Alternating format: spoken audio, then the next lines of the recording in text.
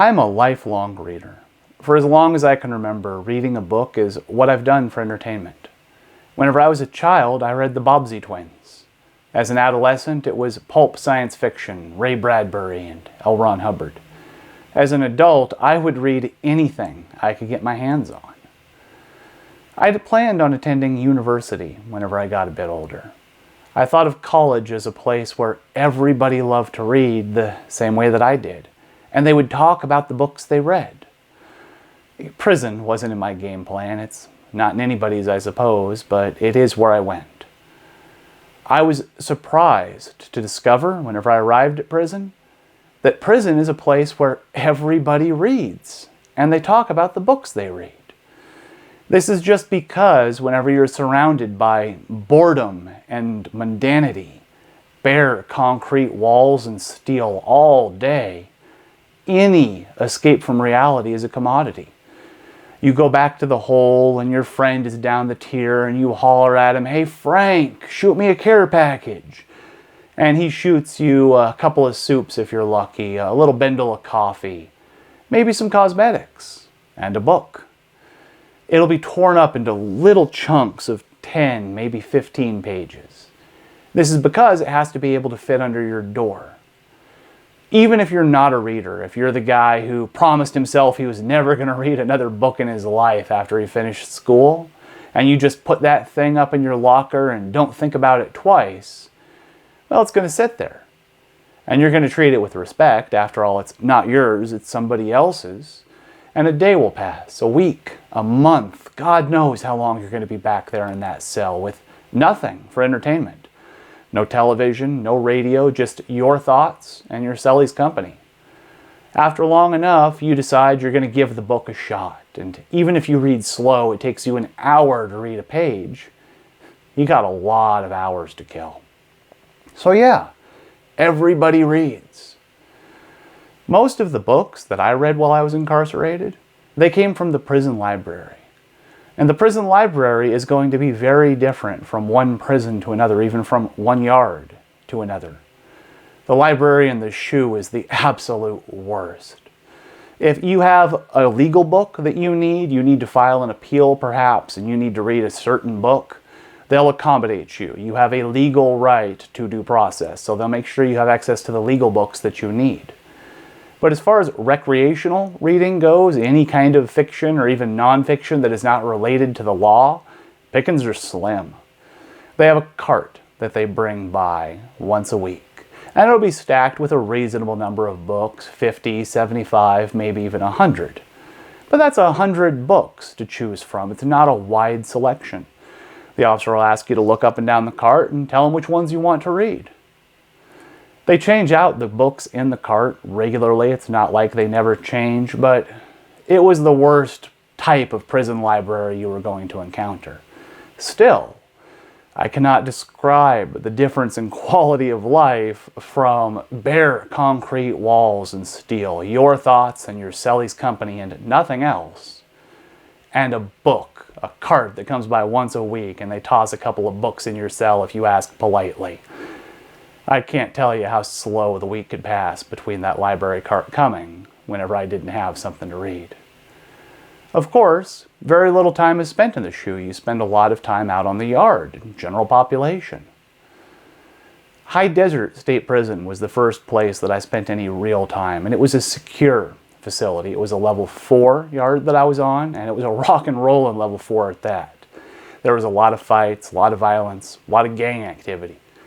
Security was the priority of staff. They didn't care so much about getting inmates access to books as they did making very sure that they couldn't use that access to books in order to commit violence or facilitate the ends of the gangs.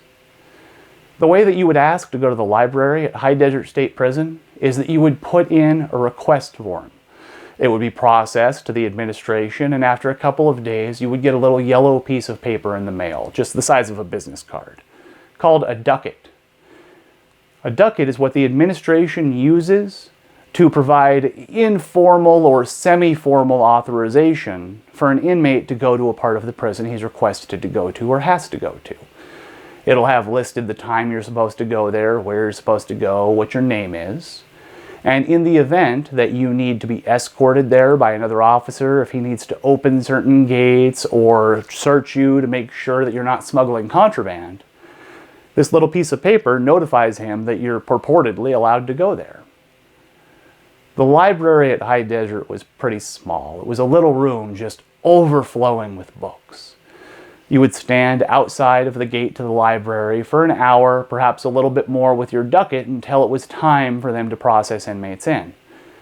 The officer would look at your ducat, make sure you were allowed to go in. You'd put your arms out and he'd real quick pat you down. He'd look at your lunch and make sure that you didn't have anything in there. If you had any books, he'd real quick leaf through them.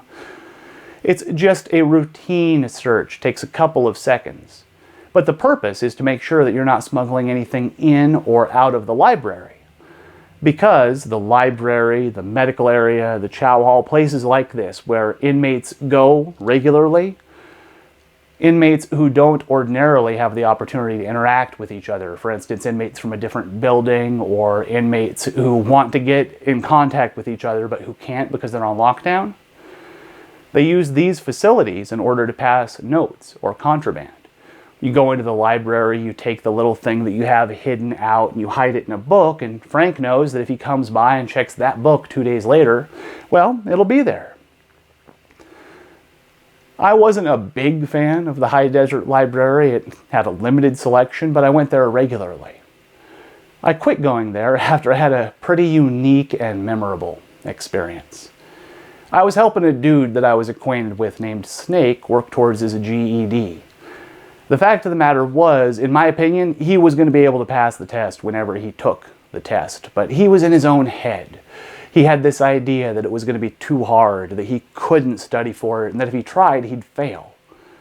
So I decided to go into the library and check out a GED primer. They had a whole wall of them. I processed in, got that, and whatever other books I checked out that week, and I got out and probably did my regular inmate thing for the rest of the day. Probably read one of the books that I'd checked out, went to the chow hall, had dinner, hung out with my cellie, until that evening. That evening, I came out in the day room and, hey, Snake, come here, man. And I gave him the GED primer that I'd gotten for him. Well, he opened it up, and out fell a piece of weapon stock, or perhaps even a weapon, depending on how you define it.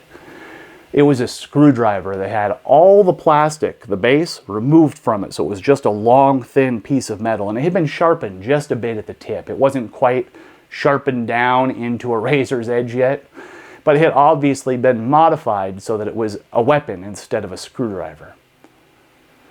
That thing made the loudest noise I think I've heard in my entire life as it clattered to the bare concrete floor in the day room. I saw it fall out of the book and it went clink, clink, clink, clink, clink, clink, clink, clink, clink. Snake and I, our eyes were wide as we watched it tank on the floor, and we looked over at the cops. There was nothing to do. If they'd heard that distinctive sound of metal clattering on the concrete floor, well, they were going to look up and see that piece between us. They're going to come over and investigate. If they hadn't, any sudden moves on our part were just going to draw attention, so we both froze solid, looking at each other and looking around. There were plenty of inmates in the day room that knew what was going on. You saw the convicts that knew how to program, looking in a different direction and pretending to play cards, but tense as a mother. And you saw the couple of knacks that didn't know the program, looking at the piece on the ground. Well, thankfully, nothing came of it. 5 seconds passed, and Snake casually put his foot over the piece, bent down to tie his shoe, and came up with it cupped in his hand, asked me if I wanted it back. No, I did not. Snake came up on a decent piece that day because I did not want to take that back into my cell. I'd processed right out of the library with that thing. It was hidden in the book. I didn't notice it, and the cop didn't notice it, but whenever it was opened up to the right page, it just fell right out. I didn't go back to the High Desert State Prison library much after that, and that's okay. It was a crummy library anyway. After High Desert State Prison, I went to a lower security facility, SADF, in Corcoran, California. That's the Substance Abuse Treatment Facility. One of the real perks of being on a lower security facility for me was the access to the library. It was no longer putting in a slip and waiting for a week and standing for hours waiting to process in. They let inmates in and out of the library every 15 or 30 minutes. You just walked up and waited until the door opened. They'd let you in or out. There was a couple of inmate librarians, and their job was to help inmates find the book that they wanted. There was also a legal law clerk. There's always a legal librarian in any prison law library. They're sharp.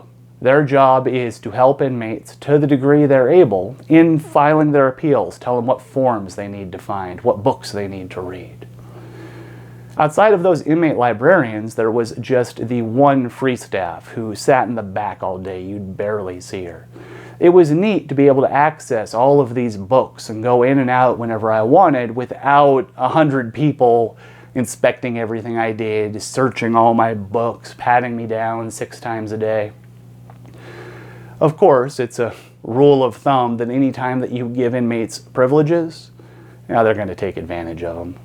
They modified the program there at the Substance Abuse Treatment Facility, SADF, in Corcoran, California, after the second time that they caught a couple of inmates having sex in the back bathroom of the library. And they started making a bit more of an extreme policy of searching people whenever they went in and logging who went in and out and keeping an officer there in the library to make sure nothing untoward was happening. Books really made a difference for my quality of life while I was incarcerated, and I have to assume that they did the same for many, many other inmates, even those who were not lifelong readers.